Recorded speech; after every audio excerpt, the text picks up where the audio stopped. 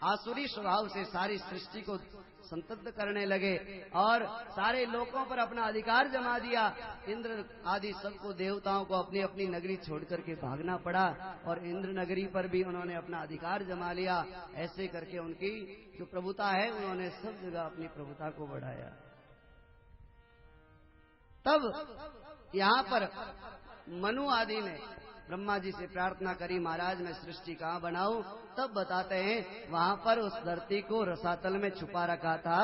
और जब ब्रह्मा जी ने भगवान की स्मृति करी, भगवान को याद किया, तब भगवान ने ब्रह्मा जी के नाक में से ही वराह रूप धारण किया और वराह रूप धारण करके भगवान ने रसातल में जो पृथ्वी थी उसकी रक्षा करने के लिए भगवान रसातल की तरफ गए। हिरण्याक्ष नामक राक्षस असुर जिसने पृथ्वी को रसातल में छुपा रखा था, वो हिरण्याक्ष घूम रहा था। उसने नारद जी को जाकर के कहा, महाराज मुझे तो लड़ाई करनी है, मेरे से कोई लड़ाई करने वाला नहीं है, किससे लड़ाई करूं? नारद जी ने कहा, भाई मैं तो वीणा बजाने वाला हूं, बाबा हूं, मेरे से तो लड़ाई होती नहीं। तुम्हें लड़ाई करनी है तो तुम्हारी छुपाई हुई धरती को ले जा रहा है, उसको देखो और उसके साथ में लड़ाई करो, तुम्हारी सब खाज मिट जाएगी। उसी समय उस हिरण्याक्ष ने देखा कि मेरी छुपाई हुई धरती है, वो मेरी छुपाई हुई धरती कौन ले जा रहा है? भगवान उस धरती को निकाल करके बाहर स्थापित करते हैं और हिरण्याक्ष जाता है, भगवान के साथ में युद्ध करता है। ऐसा भयंकर युद्ध होता है, देवता लोग विचार करते हैं किसकी जय होगी, किसकी पराजय होगी। आखिरकार भगवान ने अपने दोनों ढाड़ों से, दोनों दांतों से उसके पेट में ऐसा प्रहार किया, प्रहार करते ही उसके पेट में से खून के फव्वारे निकले। उस राक्षस का इस तरह से भगवान के हाथ से सदगति हुई, प्राणांत हुआ। देवताओं ने दुंदुभियां बजाई, पुनः पुष्प वृष्टि करी और जय जयकार करने लगे। बोलिए वराह भगवान की जय। हिरण्याक्ष का वध किया और हिरण्याक्ष के वध की बात सुनी तो विदुर जी, मैत्रेय जी महाराज से विदुर जी महाराज बड़े प्रसन्न हुए। उसके बाद में ब्रह्मा जी के द्वारा रची हुई अनेक प्रकार की सृष्टि की बात बताते हैं। विदुर जी महाराज हैं वो करदम जी की तपस्या की बात बताते हैं। करदम जी भगवान की तपस्या करते हैं पुत्र प्राप्ति के लिए, क्योंकि ब्रह्मा जी ने करदम जी को कहा कि सृष्टि का विस्तार करो, तो पुत्र कामना लेकर के आप तपस्या करते हैं। उसी समय भगवान प्रसन्नचित्त होकर के और करदम जी के सामने प्रकट होते हैं। करदम जी भगवान के चरणों में नतमस्तक होते हैं। भगवान कहते हैं मांगो करदम जी क्या चाहिए? कि भगवान कुछ नहीं चाहिए। भगवान ने कहा नहीं नहीं, आपने पुत्र कामना की इच्छा लेकर के तपस्या करी है और